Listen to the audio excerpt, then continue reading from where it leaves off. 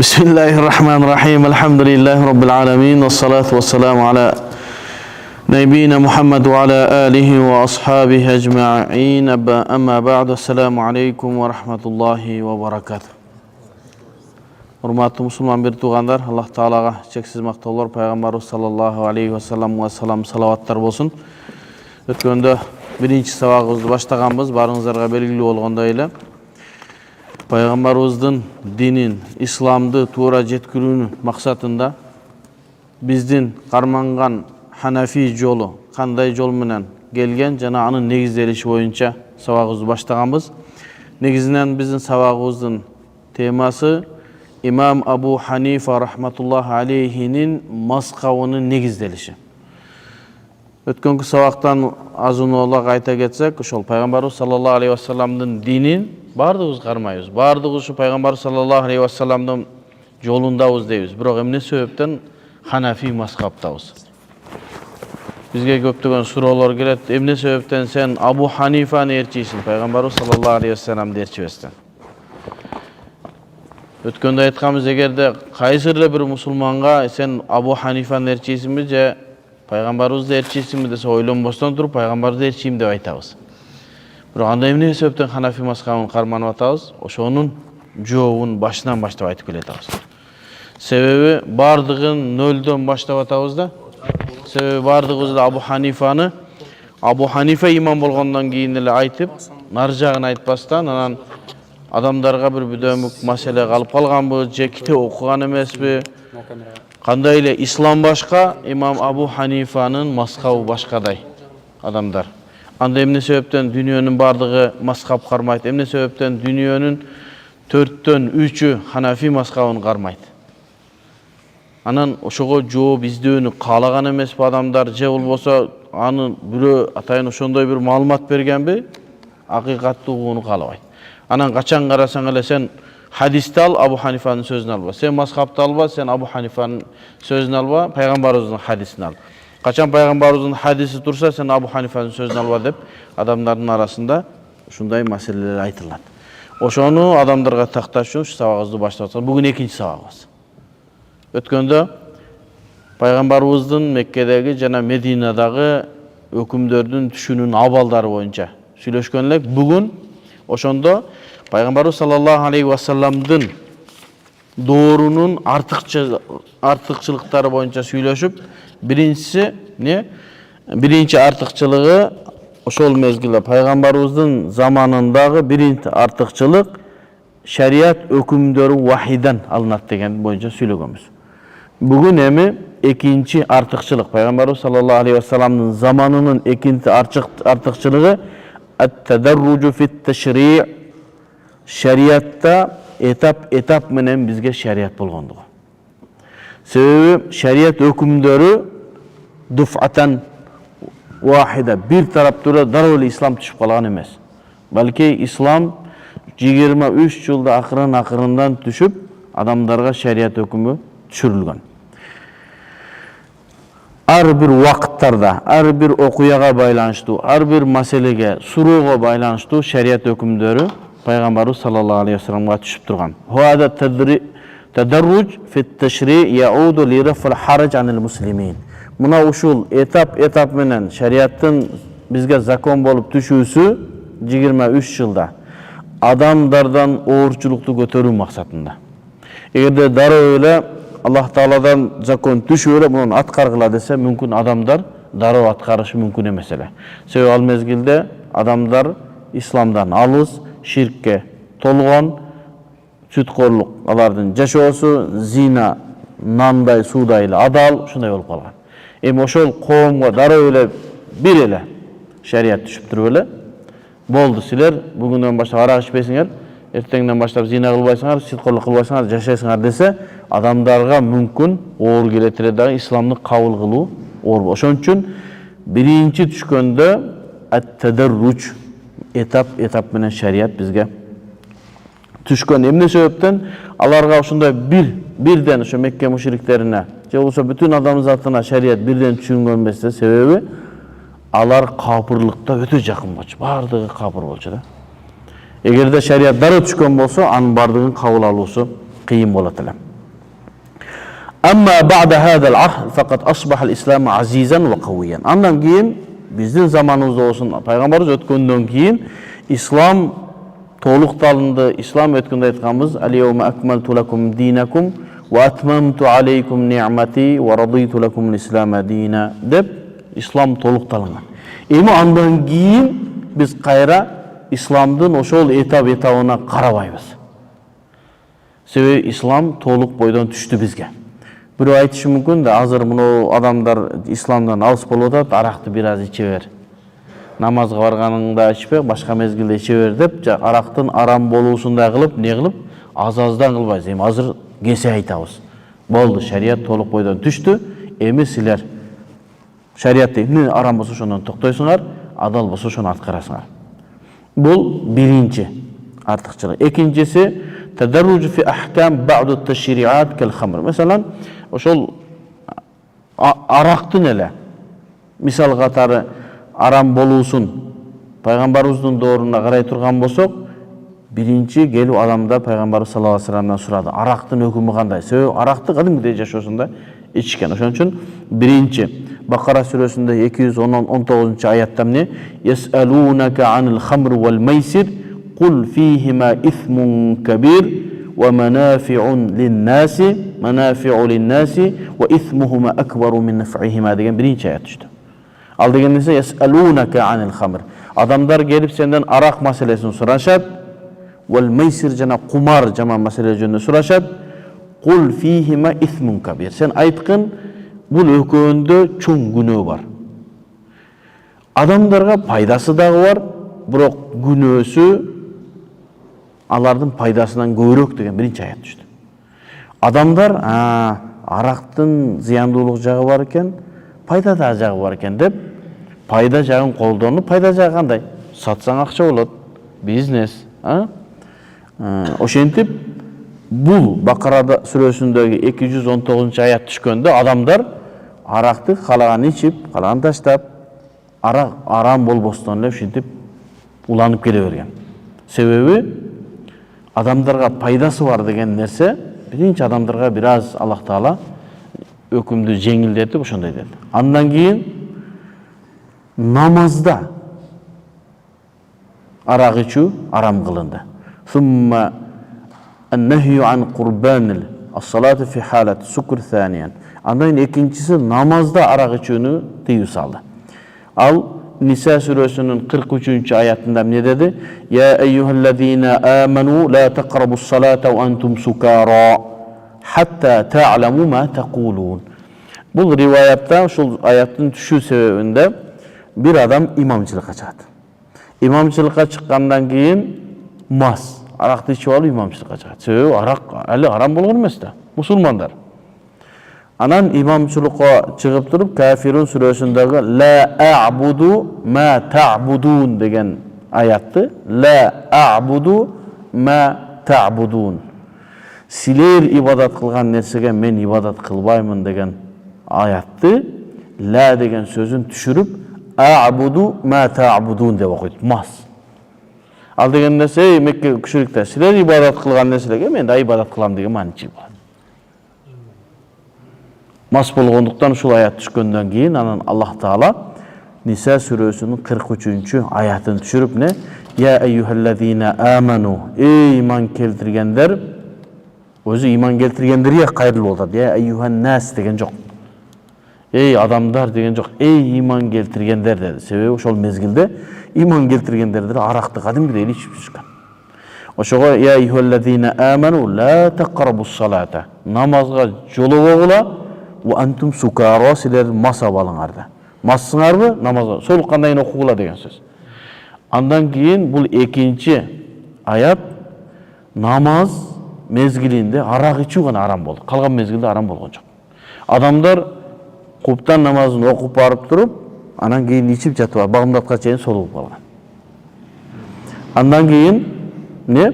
Wa antum sukara hatta ta'lamu ma taqulun. Өзүңөр эмнени айтып атасыңар, ошону билгенге чейин намаз окубагыла. Башкача айтканда, солукканга чейин намаз окубагыла деген экинчи аят түштү. Анан адамдар иче берди, намаз мезгилинде гана ичпей калды. Андан кийин Maide сүресінің 90-аяты түшкөндө арақ бүтүндөй арам болду. Арақ бүтүндөй арам болду. Буга дагы эки уруунун ортосундагы мас болуп алып бири-бири менен урушуп, бая баштарын жарып бири-бири өлтүргөндөн кийин анан ушу Маида сүресинин 90-аяты түшүп не? Я айюаллазина аману иннамал хамру вал майсиру вал ансабу вал азламу риджсун мин амали шейтан фажтанибуху лааллакум туфлихун деген ушул аят. Эй иман келтиргендер, хамр вал майсир эми бизге маселе өзү азыр арак болгондуктан иннамал хамр арак жана башка эсептелгендер риджсун мин амали шейтан нажас шайтандын иштеринен деди. Фажтанибуху андан алыстагыла деген эң акыркы аят түштү. Ушундан кийин арак арам болду. Болду. Бүтүндөй адамдар арактан алыс болду. Ошол мезгилде чыгылып арактар көчөдө төгүлгөндө Мадинада суудай болуп аккан дейт арактар. Бардыгы үйлө камдаган, топтогон арактардын бардыгын алып чыгып төгүштү. Фажтанибуху алыс болгула деген аят ушунчалык балага өтө көркөм тил менен айтылгандыктан ла ташрабу ичпегиле деген жок. Фажтанибуху деди. Алыстагыла, жакын жолобогула деди. Алымдар айтат, эгер ла ташрабу ичпегиле деген буйрук түшкөндө жанында отуруу мүмкүн болот эле дейт. Фажтанибуху деген нерсе ичпейсиң, ага жакында жолобойсуң. Башкача айтканда арак коюлган дасторконго да отурбайсың деген сөз. Фажтанибуху лааллакум туфлихун. Силер ушу ийгиликке жетерсиңер деди. Мына ушуну менен арак бүтүндөй арам болду. Бул мисалды эмне себептен айттык? Ислам пайгамбарыбыздын мезгилиндеги өкүмдөр ушинтип тадарруч биринин артынан бири арам болгон. Убакыттын жүрүшү менен. Эми азыркы заманда бирөө келип, ушул аяттарды колдонуп, эми муну адам жаңы исламга келип атат, иманга келип атат, а бир аз ичип турсун. Намаз мезгилинде эмес, башка ичип тур деп айтпайбыз. Себеби бул маселе пайгамбарыбыздын заманына гана таандык. Себеби ал мезгилде пайгамбарыбыз бар болчу. Пайгамбарыбызга өкүмдөр түшкөндөн кийин ошол пайгамбарыбыздын ислам жеткизүү абалында гана ушинтип этап менен өкүмдөр түшкөн. Эми бизге жанагы аятка байланыштуу. Ал-йаума акмалту лакум динакум. Бүгүн силердин диниңерди толук кылып бердим деп аят түшкөндөн кийин болду эми. Эми биз башынан эле аракка жакындабагыла деп. Эми мындай өкүмдөр көп. Бул бир гана өкүм аракка маселесине. Намазда ошондой маселелер бар. Башында намазда адамдар сүйлөй берген. Жаңы ислам башталганда адамдар намаз окуп атып бири-бири менен сүйлөшүп эле, бирөө салам айтса, алейкум ассалам деп эле намаз окулуна берген. Анан кийинчерээк адамдардын намазга, исламга бекем болгондон кийин намазда сүйлөө арам кылынды. Биздин жана намазда колубузду көтөрүп намаз окуп атышат го башка бир туугандар. Ошол мезгилдеги хадис. Баягы сүйлөө, кыймыл, аракет, ушундай нерселер уруксат болгон мезгилдеги хадис. Сахихпи? Сахих. Азыр мына аяттар бизде сакталып турабы? Сакталып турат да Куранда. Ошондой хадистер да сакталып турат. Исламдын башында айтылган сахих хадистер. Аларды окуйбуз, амал кылбайбыз. Бул аяттарды дагы окуйбуз, ар бир аятыбызга соголобуз, бирок амал кылбайбыз. Демек ошол маселелерди бекем болуш керек. Өткөндө билесиңерби? Кыргызча Курандан бирөөлөр ушул аяттарды окуп алып туруп, депутаттардан бирөө айткан. Бир аз пайдасы деле бар, молдолор жашырып жүрөт деп. Ушул аятты окуп калган да. Ошон үчүн мен айттым эле, кээ бир адамдарга жага бербеди. Куранды сөзмө-сөз которуп адамдарга бербеш керек. Курандын тафсирин жазыш керек. Мына максат тамыла жазды го, тафсир. Ошондой тафсир жазыш керек. Сөзмө-сөз которулса, ал сөзмө-сөз которулганда ар бир адам алат дагы окуп алып Куранда бар экен деп эле аны амал кылып баштайт. Ал Куранда мүмкүн өкүмү кеткен аят, мүмкүн амал кылбай турган аят. Куранда көптөгөн аяттар бар. Окуйбуз, сооп алабыз, амал кылбайбыз. Амал кылсаңыз арам болот. Ошолордун бирөөсү ушул аяттар. Эң акыркысына амал кылабыз, биринчи менен экинчиге амал кылбайбыз. Себеби пайгамбарыбыздын мезгилиндеги өкүмдөрдүн түшүшү ушундай тадарруч этап менен болгон. Эми бул орозодо дагы бар. Намазда дагы бар. Башка өкүмдөрдө дагы бар. Анан жанагы түз эле биз Курандан, хадистен өкүм алабыз, мазхабты кармабайбыз дегендер ошол хадистерге кармалып түшүп калгандары көп болуп атат. Анан ошол хадисти көрөт да, мунун да сах хадис турат, силер ханафилер амал кылбай атасыңар ушул хадиске дейт. Эмнеге десек, сах Бухариде турат. Сен амал кылбай атасың. Абу Ханифа айткан, Курандан хадисте келе турган сөз, менин сөзүм таштагыла деген. Анан хадисти аятта алгыла деген деп чала түшүнүк. Ооба, Абу Ханифа ошондой деген. Менин сөзүм Куран менен хадиске каршы келе турган болсо, менин сөзүмдү таштагыла, Куран хадисти алгыла деген. Аны бардык мусулман айтат. Менин сөзүм, Абу Ханифанын сөзү эч качан Куран менен хадистен жогору турбайт. Аны ар бир мусулман билиши керек өзү. Кантип миллиондогон мусулмандар пайгамбарыбыздын бир хадиси турса, Абу Ханифанын сөзүн андан жогору кылып амал кылат. Ким? Кайсыл мусулман кылат? Демек бул жерде бир суроо бар. Демек ал хадиске амал кылынбайт. Ал аятка амал кылынбайт. Азыр могул жерде бирөө айтышы мүмкүн да, силер эмне Абу Ханифа аракты ичпегиле деп атат. Аракты иче бериш керек. Куранда турат мынантип. Пайдасы бар деп турат. Намазда эле жолобогула деп атат деп айткандай эле болуп атат да. Азыр ошентип айтса болобу? Кантип Абу Ханифанын сөзүн жогору коесуңар, аракты ичпегиле деген. Аллах Таала Куранда айтып атат деген сөз болушу мүмкүн да. Эми муну аяттагы маселе Куранга көбүрөөк кызмат кылынгандыктан аны көп адамдар билип калды, түшүнүп калды. Бирок хадистерде көбү түшүнө элек дагы Сах Бухариде турат го деп эле кыйкыра берет. О, Сах Бухариде бар ошо хадис, бирок амал кылынбайт. Амал кылсаң күнөөкөр болосуң. Мына аят бар, Куранда бар бул. Амал кылсаң күнөөкөр болосуң. Ошон үчүн мазхаб карманын милдеттүүлүгү ушул жакта деп атабыз. Бардыгын Абу Ханифа тартиптеп бизге жазып берген. Ошон үчүн нөлдөн келе атабыз. Азыр пайгамбарыбыздын мезгилиндеги абалдан бир аз не кылдык, баяндадык. Ал-мизату салиса, үчүнчү артыкчылык. Пайгамбарыбыздын доорунда ан-насх. Мен бир аз эртерээк айтып койдум, ан-насх. Бир өкүм экинчи өкүмдү жокко чыгарат. Пайгамбарыбыздын заманындагы артыкчылык бул. Пайгамбарыбыз бул дүйнөдөн өткөндөн кийин бул нерсе жок болду. Пайгамбарыбыздын бир амалын сахабалар жокко чыгара албайт, мүмкүн эмес. Кээ бирки ошондой сөздөр бар. Бул пайгамбарыбыздын мезгилинде бар болчу, Умар муну жокко чыгарат. Умар жокко чыгарганга акысы да жок. Буну Аллах Таала шарият кылган, пайгамбар шарият кылган.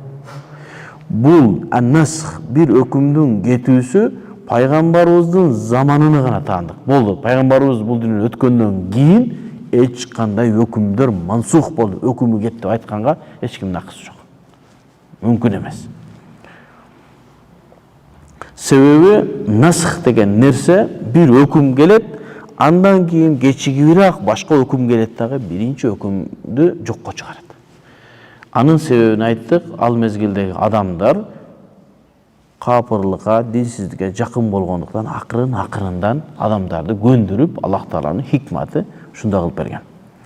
Эми бир өкүм келет, ал өкүм бир канча убакытка чейин амал кылынат дагы, башка өкүм келгенден анын өкүмү жокко чыгарат. Буга бир мисал катары айта турган болсок, Ашура күнүндөгү, Ашура 10-унда, кээде биз 9 менен 10-ун кармайбыз, 10 менен 11-ин орозо кармайбыз го. Мухаррам айынын 10-унда. Ушул орозо азыр бизде өкүм эмне? Кармаштын? Мустахаб. Мустахаб. А башында парыз болгон ал. Ар бир адамдын ошол күнү орозо кармашы милдеттүү болгон. Качан гана кийинчерээк, ал эмне? Бир күн, 2 күн эле орозо кармаганга буйруп баштаганда биринчичи. Адамдарды бир аз көндүрүп. Силерге парыз ошол Мухаррам айынын 10-унда 9 менен 10-у же 10 менен 11-и. Себеби ошол мезгилде яһудилер орозо кармайт болчу. Ошол орозону ошолорго окшоп калбаш үчүн бир күн алдын же бир күн кошуп кармагыла деген пайгамбарыбыздын хадиси бар. Пайгамбарыбыз Мадинага барганда адамдардын Ашура күнү орозо кармап аткандын көрүп, эмне орозо кармап атасыңар дегенде, бул күнү Аллах Таала Муса алейхиссаламды Фираундун азабынан куткарган күн. Ошого биз Аллах Таалага шүгүр кылып, шуну орозо кармайбыз дегенде, нахну ахакку минкум. Биз Муса алейхиссаламга, ал менин досум, менин коллегам, силерге караганда биз акылуураакпыз. Муса алейхиссаламга. Силер Мусанын динин жокко чыгаргансыңар, бузгансыңар, өзүлөрү каалагандай кылып Торатты жазган. Biz силерге караганда пайгамбарыбыз Мусага акылуураакпыз деп мусулмандарга ошол күнү орозо кармаш парыз болгон. Кийин Рамазан айы парыз болгондон кийин ал фарыздыктан мустахабтыкка түшүп калды. Эми бирөө келип айтпайт. Эй, Ашура күнү орозо кармаш парыз деп эч ким айтпайт. Себеби өкүмү кетти анын. Эми кээ биркини билет, макул дейт. Кээ биркини билбейт дагы, адамдар менен талаша берет. Эми ошол эле маселе намазда кол көтөрүү. Намазда кол көтөрүү рукуга барганда, саждага барганда биздин Ханафи мазхабтын пикиринде өкүмү кеткен. Исламдын башында болгон.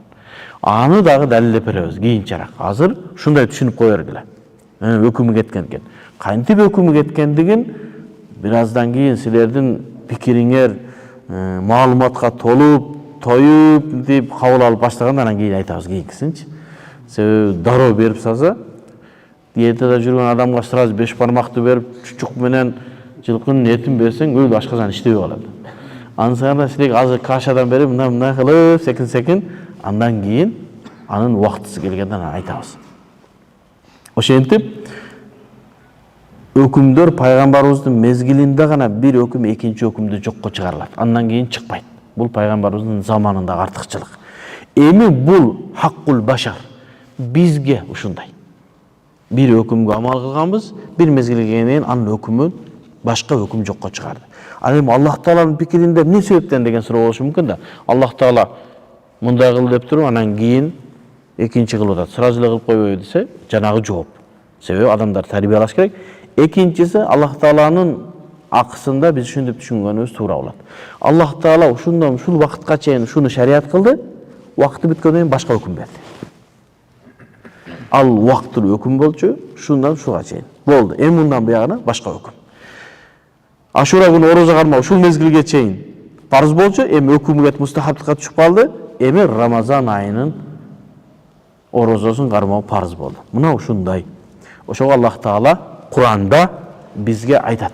Бул насх, бир өкүмдүн кетип башка өкүмдүн келүүсү менин, же Абу Ханифанын, же сиздин, же башка бирөөнүн ою эмес. Бул Аллах Тааланын каалоосу. Аллах Таала Бакара сүрөсүнүн 106 аятында эмне дейт? Ма нансах мин аятин ау нунсиха нати би хайрин минха ау мислиха. Ма нансах мин аятин, бир аятты өкүмүн кетире турган болсок, нати би хайрин минха, андан жакшырагын силерге беребиз. Бир өкүм кеттиби, андан жакшыраак башка өкүм беребиз деген Аллах Тааланын өкүмү түштү. Негизи улумул Куранда насх, мансух, бир аяттын өкүмү кетип жана өкүмү башка өкүм келүүсүндө ар кандай этаптар бар. Кээ биркиси бар, бир өкүмдөн жакшыраак өкүм келет. Бир өкүм бар, аны менен тең келет. Аны улумул Куран илиминде окулунат. Мына ушинтип ал бир аяттын же бир өкүмдүн өкүм убактысы бүтүп башка келүүсү ал аалымдардын пикири эмес, балки Аллах Тааланын. Ошон үчүн Аллах Таала аятта ошондой кылып өкүм аят түшүрдү. Эми ушул нерсе дагы баса белгилеп айтабыз. Ва хада насху ла якуну илля фи ахдин наби. Бул пайгамбарыбыздын заманында гана ушундай болот, башка мезгилде болбойт. Лианнаху яхтажу иля вахи. Себеби бир өкүмүн кетириш үчүн өзүнө окшогон күчтүү вахи керек. Пайгамбарыбыз саллаллаху алейхи ва саллям бул дүйнөдөн өткөндөн кийин вахи жок да. Ошого болду. Пайгамбарыбыз өткөндөн кийин өкүмдөр антип өзгөрүүсү мүмкүн эмес. Анан дагы Аллах Таала бул мен динди толук кылдым деген аяты дагы бизге чоң далил болот. Вала вахия ба'да вафати саллаллаху алейхи ва саллям. Пайгамбарыбыз өлгөндөн кийин вахи жок болду. Ал-мизатур рабиа. Пайгамбарыбыздын заманындагы 4-чү артыкчылык амру шари' би тaqlidil mujtahidin. Өтө сонун темага келдик. Аллах Таала мужтахид мутлактарды ээрчүүгө буйрук берди пайгамбарыбыздын мезгилинде. Кандай? Ошо Аллах Таалага пайгамбарыбызга аят түштү. Билбегендер билгендерди ээрчүүсү милдет болду.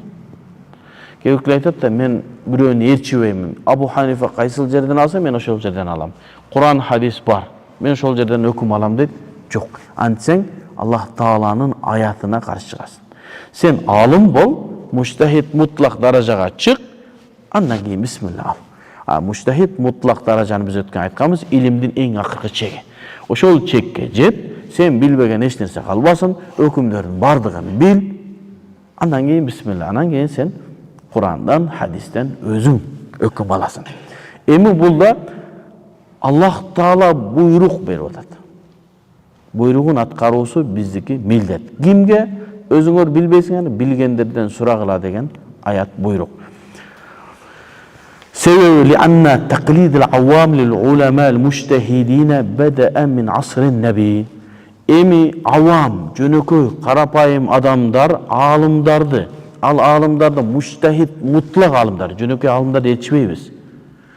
Абу Ханифага окшогон, Ахмад ибн Хамбалга окшогон, Имам Малик окшогон, Имам Шафиге окшогон, Имам Ахмад ибн Хамбал окшогон муштахид мутлактарды ээрчибиз.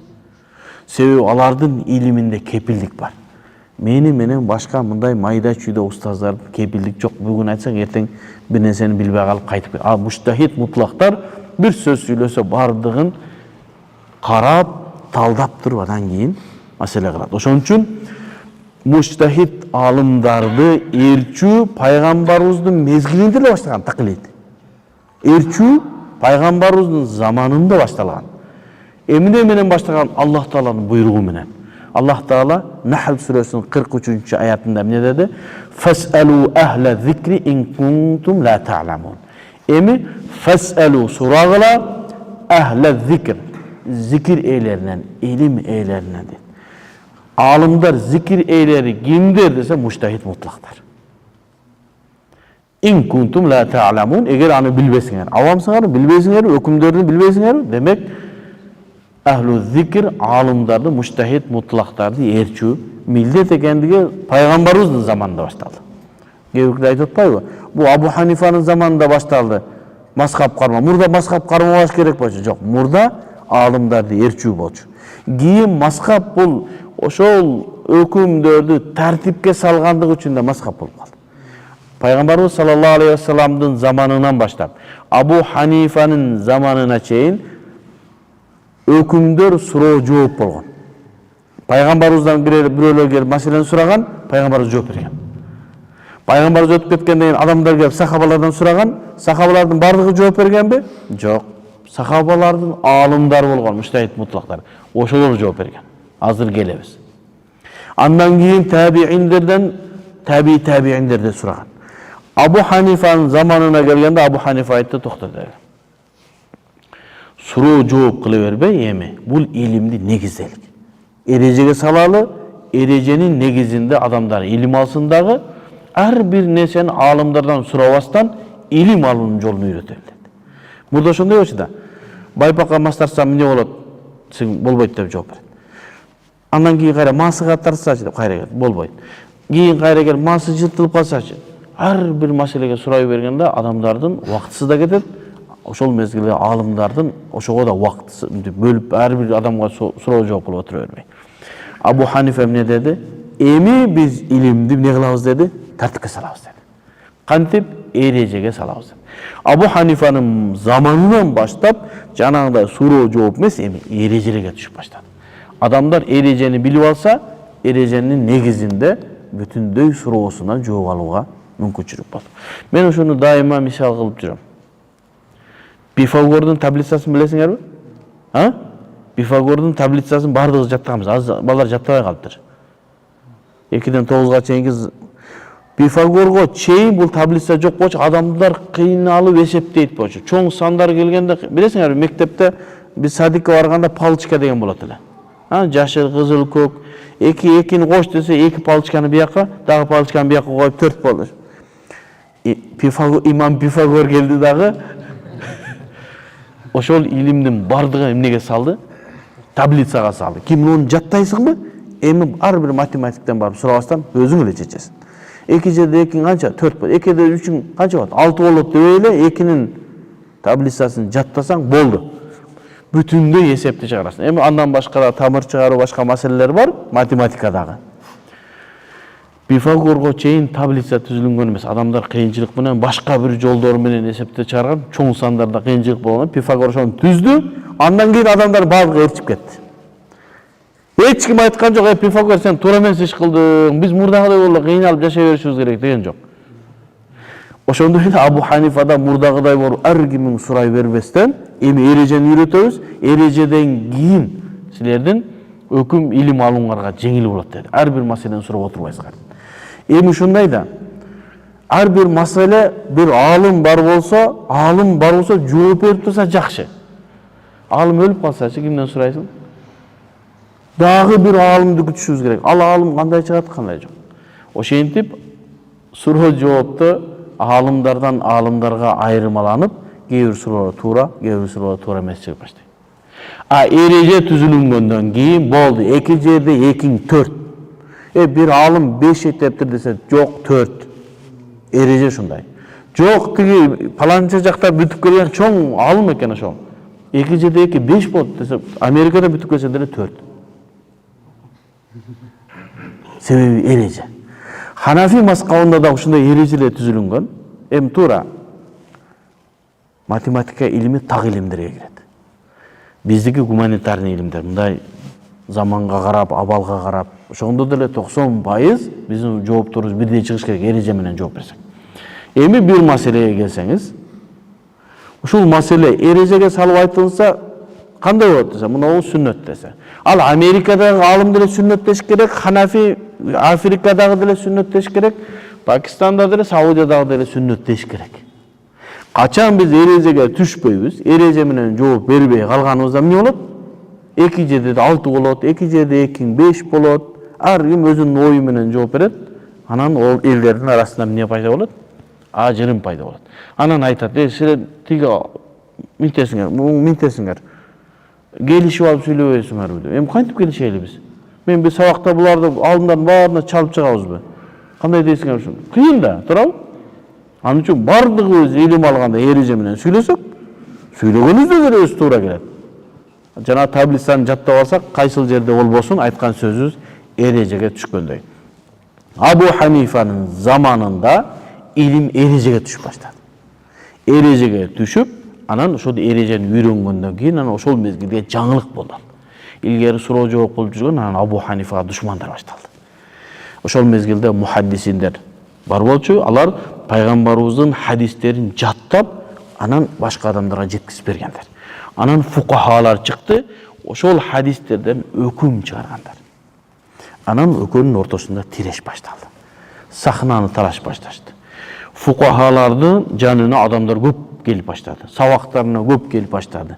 Элдердин бар маселени фукахалардан сурап баштады.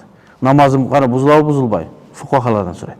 Мухаддисиндерден жана хадис жаттагандардан суроо азыраак башталган, анан душмандык баштап, анан Абу Ханифага болгон жаман сөздөр ошондон улам айтылган.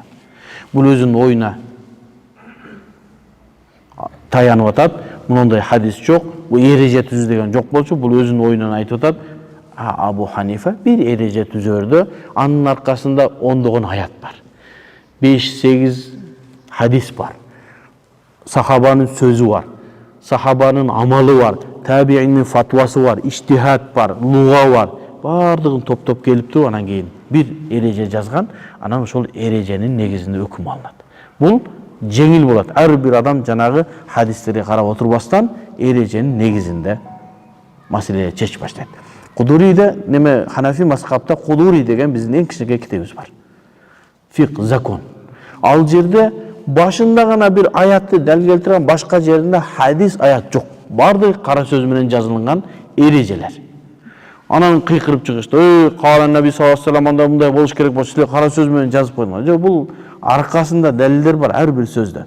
Болгону адамдарга жеңил болуу үчүн биз эрежеге түзүп койдук деп Кудуриде имам Кудури Абу Ханифанын Захири ривая деген китебинен топтоп 12.000-ден 15.000-ге чейинки эреже түзүп койду. Эми ошол китепти ким толук окуган болсо 12.000-ден 15.000-ге чейин эрежени билет деген сөз. Качан сизге бир суроо келсе, ошол эрежеге саласыз. Анан жооп бересиз. Суроо келди, эрежеге саласыз. Билесиңерби, устаздар, аалымдар бир суроо берсеңиз ойлонуп туруп калат. Айтылган сөз эрежеге түшпөй атат. Ойлонуп атат, издеп атат. акылы эрежени издеп атат. Эрежеге түшкөндө жооп берет. Эреже кантча? Бул китептин берди мындай деген, тиги жерде мындай деген депчи. Анан кээ-бирки алымдар бар, кээ-бирки ушундай жөнөкөй бир исламдын атынан сүйлөгөн алымдар деп эле, исламдын атынан сүйлөгөндөр бар. Суроо суралынганда эрежелерди жакшы окуган эмес, китеп окуган эмес, жалпы исламдагы эрежелерди билет да мынтип ойлонуп сурагандардын арасында мен билбей калды деген болбосун деп туруп, өзүнүн ою менен айтат. Анан дагы бирөө дагы ою менен айтат. Анан бирөө эреже менен айтат. 3. Bir маселеде 3 сөз болуп калды. Анан кийин бизге карапайым адамдар айтты, силер кеңешип алып айтпайсыңарбы? Бирөөң важип дейсиң, бирөөң сүннет дейсиң, бирөөң мубах дейсиң. Ошолордун бирөөсү точно эреже менен айткан, калганда акыл менен айткан. Эмесе үчөө тең эреже менен айтканда бир чыгат болчу. Ошол проблемадан улам адамдардын арасында кичине көйгөй болуп атат. Биз бул сабактардын жүрүшүндө ошолордун бардыгын чечкенге аракет кылабыз. Чечкенге аракет кылабыз. Wal ijtihaduhum la yakunu illa fima la nassa fihi. Эми Пайгамбар саллаллаху алейхи ва саллам ошол мезгилде жанагы алымдарды ээрчүүгө буйрук келгенден кийин адамдар келип пайгамбарыбыздан сурашкан. Эгерде пайгамбарыбызда далил болсо, пайгамбар Курандан жооп берет. Жок болсо, кээде вахиди күтөт эле, кээде дароо жооп берет. Өзү иштихад кылып жооп берет. Эгер пайгамбарыбыздын иштихады туура эмес болуп калса, дароо аят түшүп аны оңдойт болчу.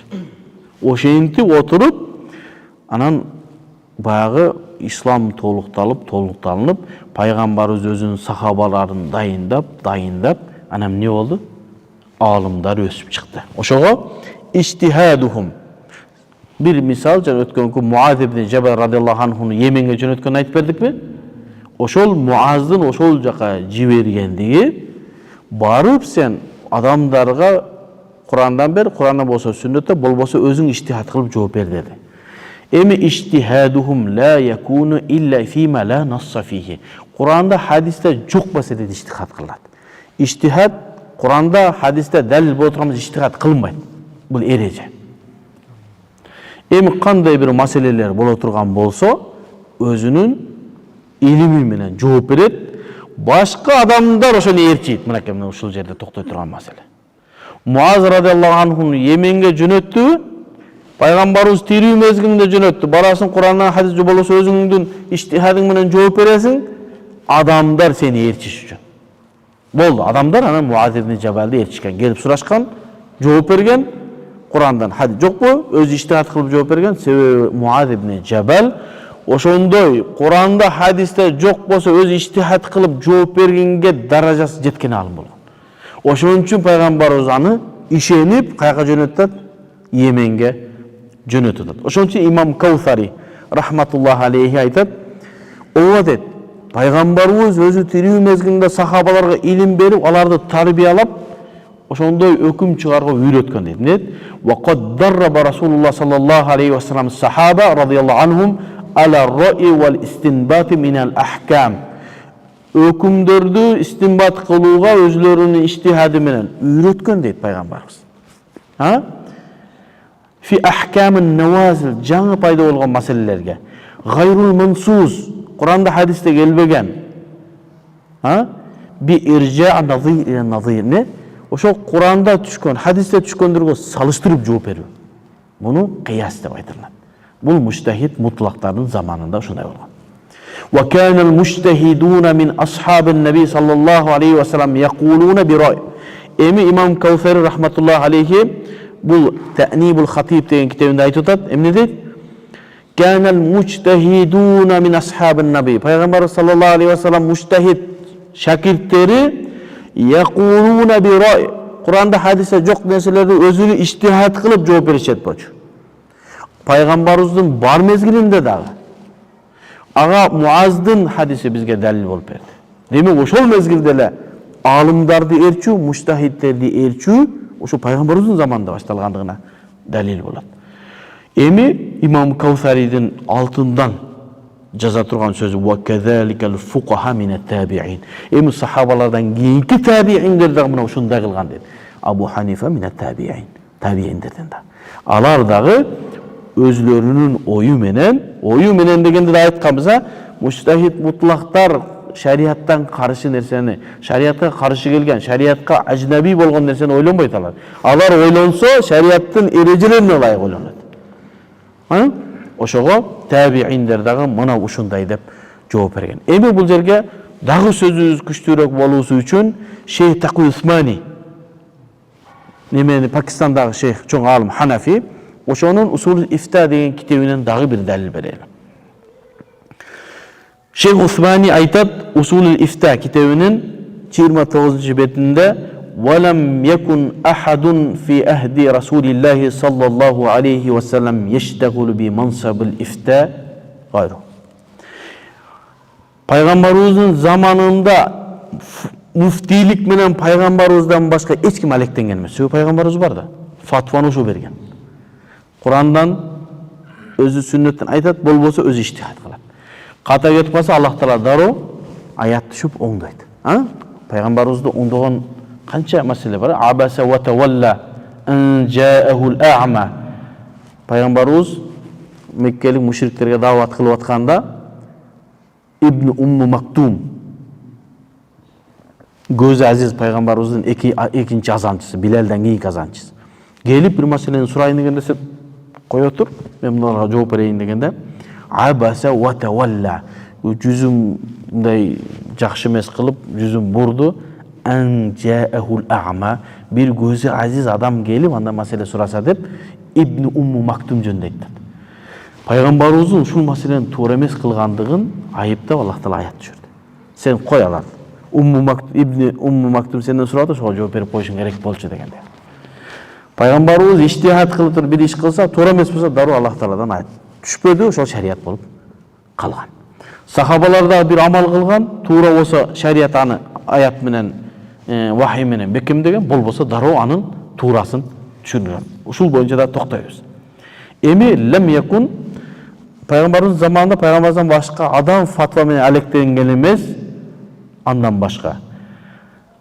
Руббама дейт. Рубба деген араб тилинде азыраак дейт. Руббама фаввада амрал ифта ила бa'da сахабихи.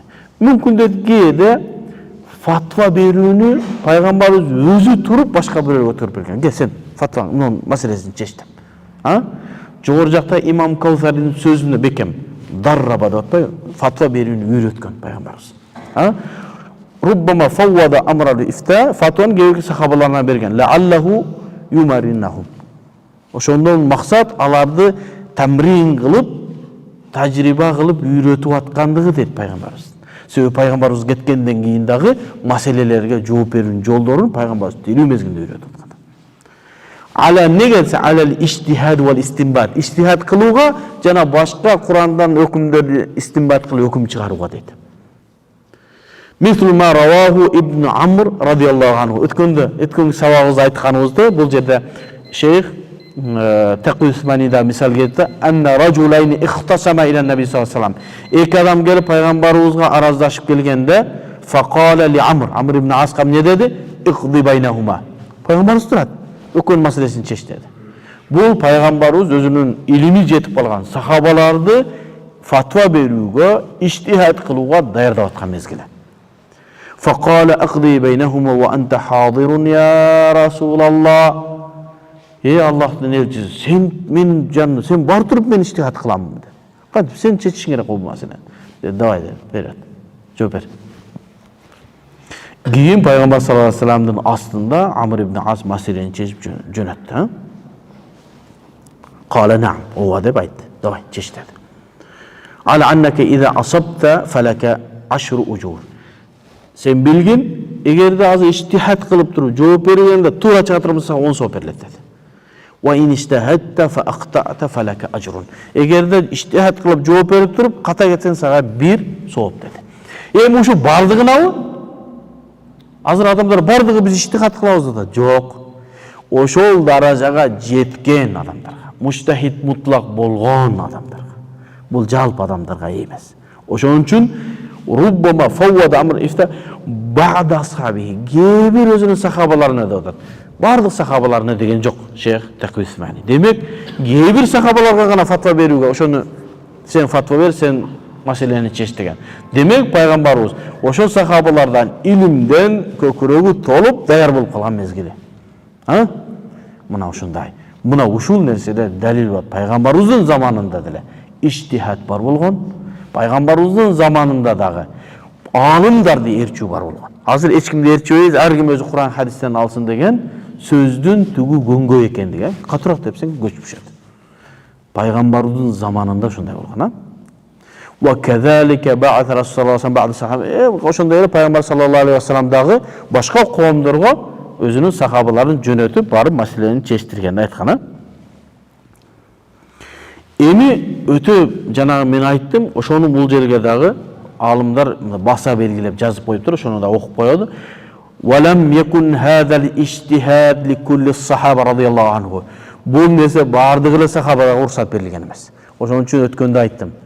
Кур'ан сүннөттөн түз өкүм алуу сахабаларга да насип кылган эмес. Биздикилер Кур'ан сүннөттөн түз өкүм алабыз деп атпайбы? Сен эмес, сахабалар кылган эмес бардыгын. Кейбир сахабалар гана кылган. Аларды колуңуз менен эсептейсиз. Walakin li kibarihim mimman kanu ahlan lahu wa balagha rutbatahu.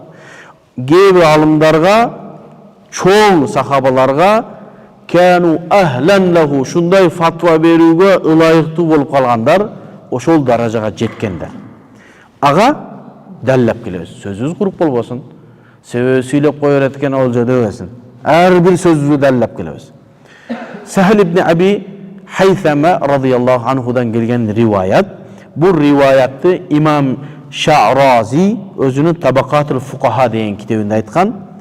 Sahl ibn Abi Haythama şunday deydi. Kânellezîne yuftûne ala ahdi Resulillahi sallallahu aleyhi ve sellem. Peygamberimizin bu sahaba Sahl. Peygamberimizin mezgilinde fatva bergenler üçü muhacirlerden, üçü ansarlardan, 6 adam fatva bergen deydi. Thalathatun minel muhacirine ve thalathatun minel ansar. 3 adam ansarlardan, 3 adam muhacirlerden, Mekkeliklerden 6 adam fatva bergen deydi. Sahl ibn Abi Haythama. Allah kimdir? Umar ibn al-Khattab, Osman ibn Affan, ve Ali ibn Abi Talib, Ubey ibn al-Ka'b, Muaz ibn Cebel, Zeyd ibn Thabit. Başka bir hadislerde daha delil getirir, daha bundan göğrak daha sahabalar aytılır. Emi bu Sahl radıyallahu anh'un düşünüğünde 6 gana fatva veriyor. Daha başka rivayetler var, daha başka sahabalar da aytır. Al degen nerse Sahl şu 6 ne degen yok. Bilgenini aytdı. 6 onu men bilem dedi. Aşaratul Mubaşşirine degende bilesin ya. 10 sahaba var. Tirүү mezgilinde 5 bilen sүйүнчүлөнгөн. Бардык адамдар 10 дейличи, 10дон көп. Бирок элдин арасында 10 ашаратыл мубашширина, 10 тирүү кезинде 5 менен сүйүнчүлөнгөн сахабалар бар дейт. Ал бир хадисте 10 келген. Башка бир хадистер бар, дагы бир сахабалар бар тирүү мезгилинде. Ошол деген ал деген нерсе 10 эле сахаба бар экен деп түшүнүп калбаш керек. Başka sahabalar da var. Tirүү mezgilinde 5 men sүйүнчүлөнгөн. Ошондой эле 6 эле адам Пайгамбарыбыз мезгилинде фатва берген деп түшүнүп калбаш керек. Бул Сахлдин риваяты. Башка риваяттар, дагы башка риваят немелер бар. Пайгамбарыбыздын мезгилинде 20га жетпеген 15-16 анын тегерегинде ошондой фатва бере турган аалымдар болгондугун бизге баяндайт. لأن أمر الاجتهاد عظيم dedi. Sebebi ijtihad kıluu Kur'an'dan, hadisten hüküm alı. Ona iş emez. Sen öyle onda inersen emez al. ولا يستطيع أن يفعله إلا من درس العلم وضبطه وكان قادرا عليه. La yastati. Anı ar bir adam kılalbaydı. İlla bir adamlar kılışı mümkün. Dersel ilm. İlim alış gerek onun için. Cilda bilim alış gerek. An üçün Peygamberimize yakın boluş gerek. Mujtahid mutlak bolup üçün ilimden akırkı çekine jetiş gerek. İslam tarihinde hicrattın 400. yılından keyin mujtahid mutlak çık elek. Mujtahid mutlaqtın eşigi kıyamatqa чейин açık. Бирок 400-жылдан beri bir dagı mujtahid mutlaq çıgıla eкен. Abu Hanife, Abu Yusuf, Muhammad, Zufar, Hasan bin Ziyad Lu'lu'i, jana başkalar, İmam Malik, İmam Şafii, Ahmed ibn Hanbal, İmam Bukhari, mümkün şöyle. Oşolar 400-жылдын içinde vardı. Oşolar mujtahid mutlaq darajaga jetken.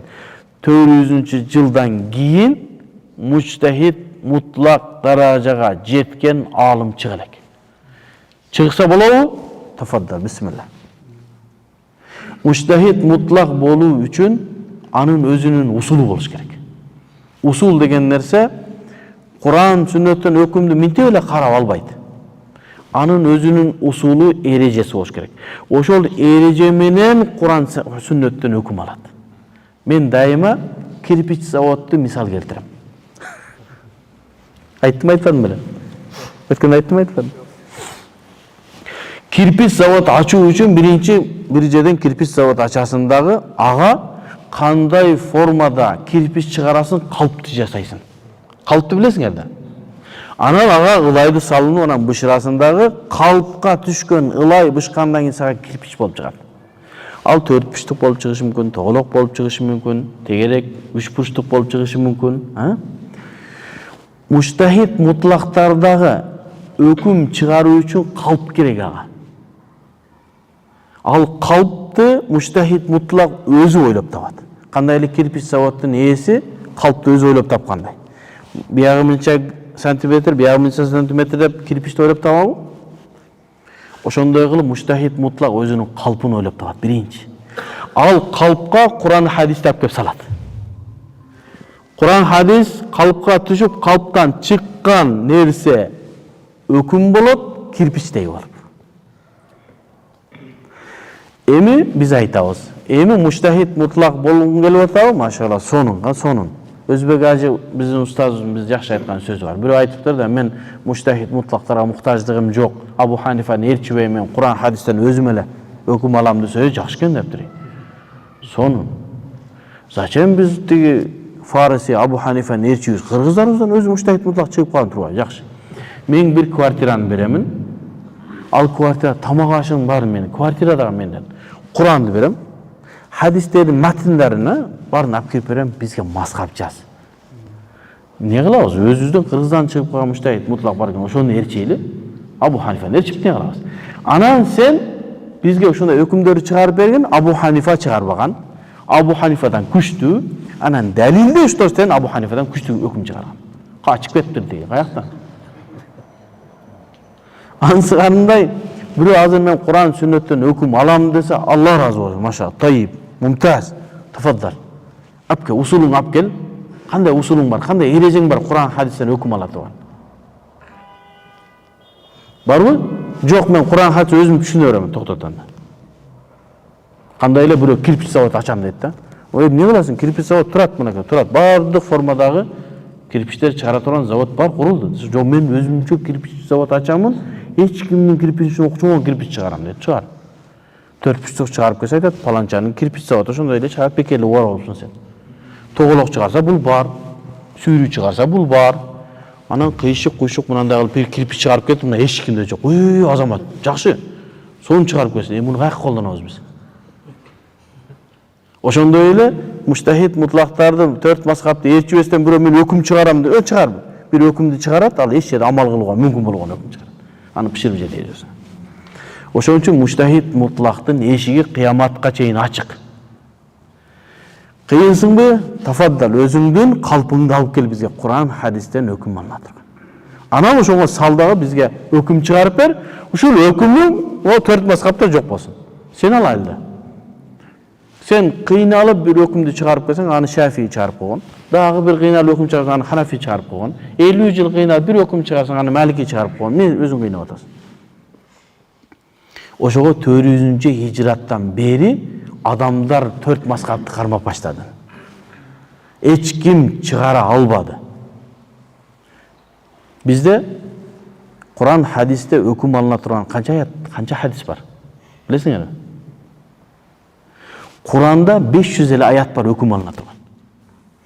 Қалғандары қыссалар, Мусанын қомы, деге Хыдыр алейхисалам, шундай нәрселер, қияматтың абалдары өкім алына тұрған 500 аят бар.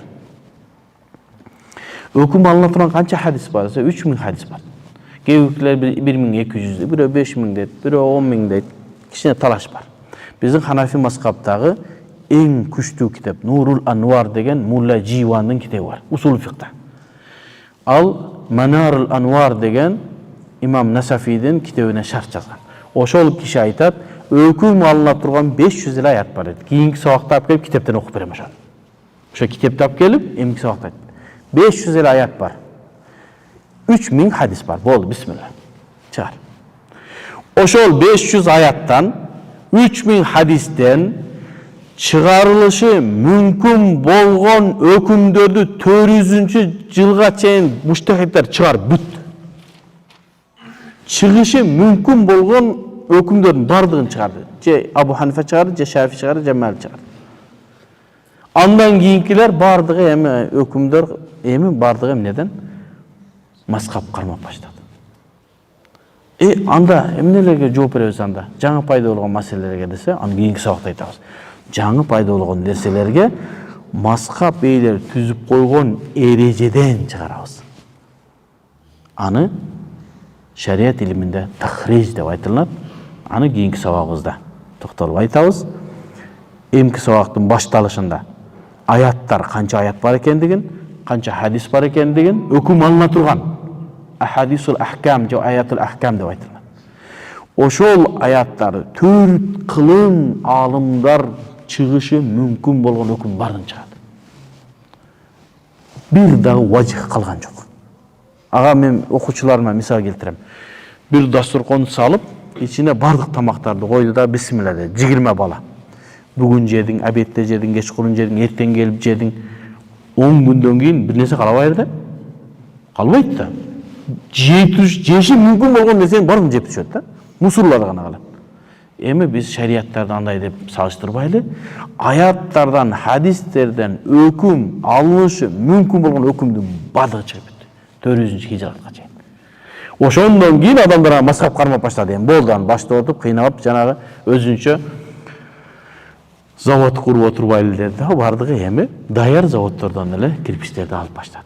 Акылсыздар башка завод курат да, даяр кирпичти сенден жакшыраак кылып чыгарып койгон болду. Өкүмдөрдү да ошентип чыгарып койгон, же Ханафи бол, же Малики бол, же Шафи бол, же Ахмад ибн Хамбал бол. Анда бирөө айтышы мүмкүн, анда өкүмдөр түгөнгөн болсо, кыяматка чейин ислам кантип жооп берет анда десе, эмки сабагыбызда айтабыз. Ал Абу Ханифалар чыгарып койгон, Имам Малик чыгарып койгон эрежеден башка эрежелерди чыгарабыз, жаңы маселелерге. Муну шариат илиминде тахриж деп айтылат. Ва саллаллаху таала хайра халк Мухаммад ва аля алихи ва асхаби ажмаин. Аллах таалам сиздерден разы болсун.